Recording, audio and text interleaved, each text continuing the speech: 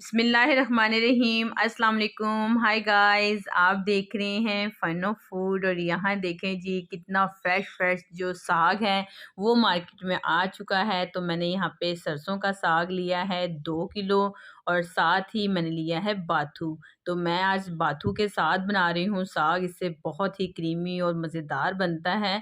तो आपने क्या करना है, सिंपल बाथू के जो पत्ते हैं वो अलग कर लेने हैं, और जो डंडियां हैं वो हमने निकाल देनी है।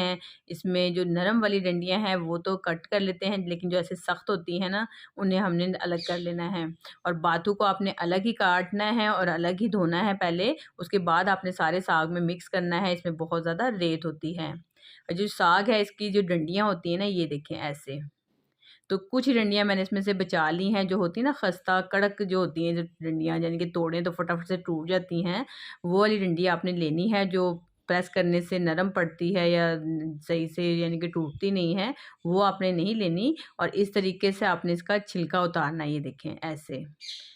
तो इसको ये जो गंदलों का साग कहते हैं ना, जो इसकी गंदलें हैं, ये छील के अगर आप इसमें से थोड़ी सी डाल देंगे, सारी नहीं छीलें, अगर आपके पास टाइम नहीं है तो आप थोड़ी सी इसमें छील के डालें। इससे साग का जो फ्लेवर है बहुत ही टेस्टी बनता है। जो असल फ्लेवर है वो इसकी डंडियों में ही होता है। पहले मैं भी नहीं डालती थी, मुझे नहीं पता था इस चीज़ का, लेकिन जब मैंने डालना शुरू किया है तो मैं भी थोड़ी सी मेहनत कर लेती हूँ। हर मरतबा थोड़ी सी डंडियों को इस तरह छील के और इनको कट करके डालती हूँ।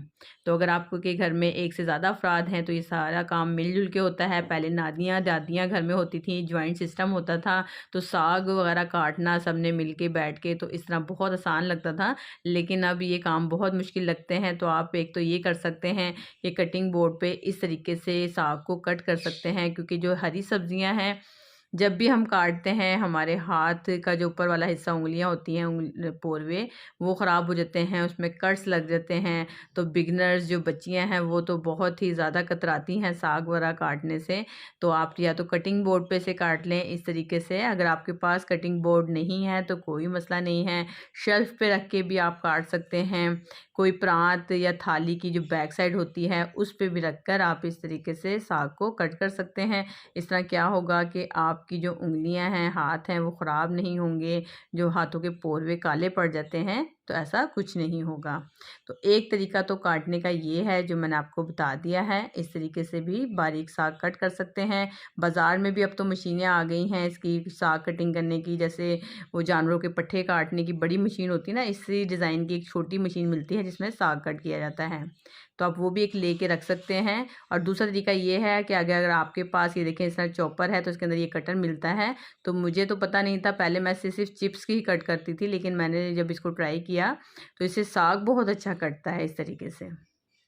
तो अगर आपके पास ये गैजेट घर में मौजूद है यानी कि चॉपर है, तो इस तरह 2 हिस्से करें साग के, और जितना इसके अंदर आ जाए ये देखें दबा के इस तरीके से, और आप इसे कट कर सकते हैं। हाथ को बचा लें। इसके साथ ये प्लास्टिक का जो टूल होता है इसके साथ इसको प्रेस करते रहें, और बस ज़बरदस्त सा जो साग है ये आपका तैयार हो जाएगा।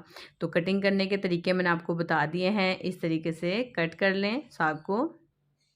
और मैं आपको चेक करवाती हूँ कि मशीन से और हाथ से कटे हुए साग में क्या फ़र्क होता है। तो ये देखें कितना बारीक साग इसमें कटिंग हुआ है, हाथ भी ख़राब नहीं हुए, और जो हाथ से कटिंग किया है वो देखें मोटा है इस तरीके से। तो ऐसे मशीन से कट करने के बाद आप क्या करें, सारा साग आप अच्छे से धो के किसी बड़ी जाली की टोकरी में रख लें। तो बाथू भी मैंने धो लिया है, साग भी, इसकी गंदले भी बारीक कट कर ली हैं, धो ली हैं। अब हम इसे कुकिंग स्टार्ट करते हैं। पहले तो मैंने यहाँ पे देखें 200 ग्राम ली है मूंग की दाल, छिलकों वाली। भिगोना नहीं है, सिंपल आपने इसको धो लेना है। भिगोने से क्या होता है, इसके छिलके जो हैं वो अलग हो जाते हैं, तो हमने इसके छिलके अलग नहीं करने। तो यहाँ मैंने मिट्टी की एक बड़ी हांडी ले ली है। साग मिट्टी के बर्तन में बहुत ही मज़ेदार बनता है। तो आप भी क्या करें कि एक बड़ी हांडी लेके रख लें, साग वगैरह बनाने के लिए आपके बहुत काम आएगा। तो बस मैंने नीचे थोड़ा सा साग बिछा के उस पर दाल डाल दी है, 10-12 हरी मिर्चें डाली हैं। ऐसे ही 12-15 आप गोल वाली साबुत लाल मिर्चें ले लें, और बाकी बचा हुआ जो बाकी दाल साग है वो भी आप इसके ऊपर से इस तरह से कवर कर दें, बिछा दें। तो दबा दबा के ये सारा साग मैंने इसके अंदर डाल दिया है। अब इसके अंदर मैं डालूँगी नमक। तो नमक इसमें तकरीबन जाएगा 1 से 1.5 टेबलस्पून, ये मैंने इसमें डाल दिया है। बाकी हम बाद में चखने के बाद भी डाल सकते हैं। 1 गिलास मैंने इसमें पानी डाल दिया है और इसे कवर कर देंगे। तो 10 मिनट के बाद आप इसे खोल के चेक कर सकते हैं। ये देखें साग काफ़ी हद तक नीचे चला गया है। अब मैं इसे कवर करके छोड़ दूँगी बिल्कुल हल्की आंच पे 2 घंटे के लिए। तो मिट्टी के बर्तन में 2 घंटे में बड़े आराम से साग जो है वो गल जाएगा। मैं आपको अब चेक करवाती हूँ। ये देखें, साग काफ़ी नरम हो गया है। ये दाल का दाना भी बिल्कुल प्रेस हो रहा है आराम से। ऐसे ही साग भी बिल्कुल सॉफ्ट हो गया है। आप ये काम प्रेशर कुकर में भी कर सकते हैं, लेकिन मिट्टी के बर्तन की तो अपनी ही अफादियत है, इसका अपना ही जायका है। बस ऐसे घोटना आपने ले लेना है और इसको घोटना है। अब हम इसका आलन तैयार करते हैं। ये इसको आलन कहते हैं जो हम इसमें आटा डालते हैं। तो ये मैंने 1 से 1.5 कप के जितना आटा लेना है। ये मैंने 1.5 कप आटा लिया है और इसको मिक्स कर लेंगे। वज़न में तकरीबन ये 300 ग्राम के करीब आटा है और इसको पतला सा आपने घोल लेना है सिंपल। अगर आप मिर्चें चख के देख सकते हैं, जो साबुत मिर्चें डालनी है उसमें काफ़ी होंगी, नहीं तो आप आलन के टाइम पे भी यहाँ पे पिसी हुई लाल मिर्चें भी इसमें डाल के मिर्चों को बढ़ा सकते हैं। बस ये अब हम इसमें डाल देंगे आटा। जब आप आटा डालने लगें तो साग के अंदर भी पहले पानी मौजूद होना चाहिए, यानी कि पतला होना चाहिए, क्योंकि आटा पकते ही गाढ़ा होना शुरू हो जाएगा, थिक हो जाएगा। तो आपका फिर आपको चलाने से अंदाज़ा हो जाएगा। ये देखें ऐसे। तो अगर इसमें पानी पहले से मौजूद होगा तो आटा पकने में आसान रहता है। ये देखें, अब मैं इसके अंदर थोड़ा सा पानी डाल दूँगी। पहले भी साग में पानी मौजूद था। 1 गिलास पानी से मैंने आटे को भी घोल लिया है और मज़ीद मैं आधा गिलास पानी इसमें डाल के और फिर अब हम इसको घोट लेंगे। तो मिट्टी के बर्तन का ये बहुत फ़ायदा होता है। नीचे से इसका जो पैंदा होता है गोल होता है, तो ये हमें हेल्प करता है घोटने में। कुछ मदद हम इससे घोटने से लेते हैं, बाकी कुछ मदद जो है नीचे की जो गुलाई होती है, एक तो वो भी हेल्प करती है इसे घोटने में। दूसरा नीचे से दरदरी होती है, जो इसकी बेस होती है ना, नीचे से समझ लें जो इसकी हांडी की स्किन होती है वो दरदरी सी होती है। इससे बहुत आसानी से साग घुटता है और बहुत टेस्टी बनता है। ये देखें, तो प्रेशर कुकर में वो फ्लेवर नहीं आता जो मिट्टी के बर्तन में आता है। तो यहाँ पे अभी साग घुटा नहीं है। ये देखें, तो इसकी पहचान ये है कि चम्मच के ऊपर स्टिल नहीं हो रहा। अभी ये देखें, चम्मच के ऊपर से गिर रहा है, यानी कि स्टिल नहीं हो रहा। जब आप देखेंगे चम्मच के ऊपर ठहरना शुरू हो गया है तो इसका मतलब है साग अच्छे से घुट गया है। तो आपको 15 से 20 मिनट, आधा घंटा लग जाएगा। मुसलसल हल्की आंच पे आप बिल्कुल पकने दें इसको साथ साथ, ताकि आटा जो है वो कच्चा भी ना रहे हैं और साग भी अच्छे से घुट जाए। इस तरीके से आपने इसको मुसलसल चलाते हुए, तो तसल्ली से हल्की आंच से आप बैठ के आप इसको यानी कि घोट सकते हैं इस तरीके से। तो बहुत ज़बरदस्त और टेस्टी बनेगा। अगर आपको मेरी साग की रेसिपी पसंद आ रही है तो सबसे पहले लाइक ज़रूर करें, और आप मेरे चैनल पे नए हैं तो मेरे चैनल को सब्सक्राइब भी कर लें। तो यहाँ चेक कर लेते हैं। ये देखें, काफ़ी हद तक ये घुट चुका है साग। अब मैं इसको, ये देखें, यहाँ पे आप नमक भी इसका चेक कर सकते हैं। इसके अंदर मिर्चें चेक कर लें, अगर कम लग रही हो तो आप डाल सकते हैं इसके अंदर। अब मैं आपको चम्मच के साथ चेक करवाती हूँ। ये देखें, अब ये चम्मच के ऊपर ठहरना शुरू हो गया है, गिर नहीं रहा है। ये देखें, कोट हो रहा है चम्मच के ऊपर। तो अब ये ज़बरदस्त सा जो साग है वो घुट के हो गया है तैयार। अब हम इसमें लगाएंगे तड़का। तो तड़का आपकी मर्ज़ी है। कुछ लोग इसमें प्याज और अदरक लहसुन का तड़का लगाते हैं, कुछ खाली अदरक लहसुन का लगाते हैं, लेकिन मैं जो लगा रही हूँ वो सिर्फ लहसुन का लगाऊंगी।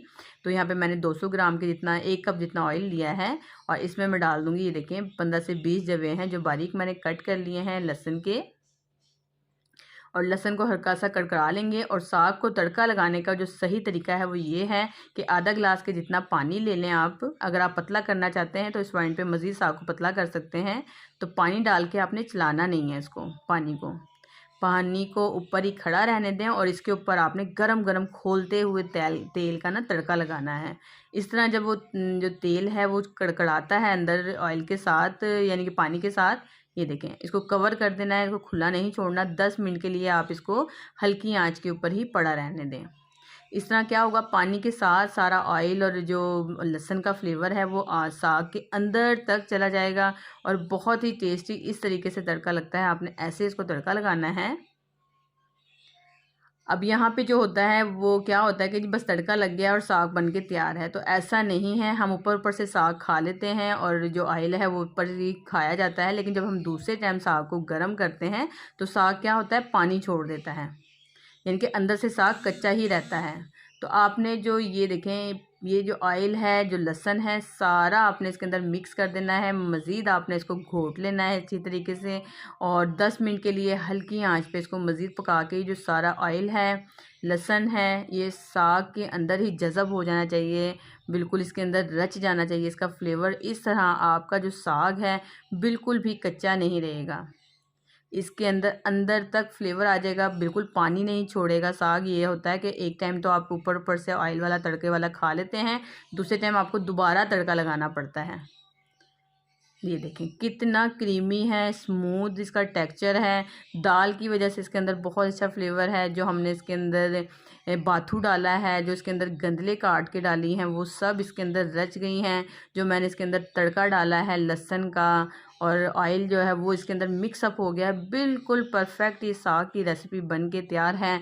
नमक मिर्च आप अपने हिसाब से कम ज़्यादा कर सकते हैं, लेकिन ये इसकी परफेक्ट रेसिपी है, तरीका है इसका बनाने का। तो बस मैं इसे अब कवर कर दूँगी। आप चाहें तो इसके ऊपर से अलग से और तड़का बना के रख सकते हैं, लेकिन देसी घी और मक्खन से ही साग को खाया जाता है। साथ आप मकई की रोटियां बनाएं, खूब सारा मक्खन डाल के इससे साग को एंजॉय करें। अगर आपको रेसिपी पसंद आई हो तो इसे लाइक ज़रूर करें, शेयर ज़रूर करें। चैनल पे नए हैं, चैनल को सब्सक्राइब भी करें, बेल आइकन को प्रेस करें। नेक्स्ट वीडियो तक के लिए मुझे दें इजाज़त। अपना बहुत सारा ख्याल रखें, मुझे अपनी दुआओं में याद रखें। अल्लाह हाफिज़, बाय बाय।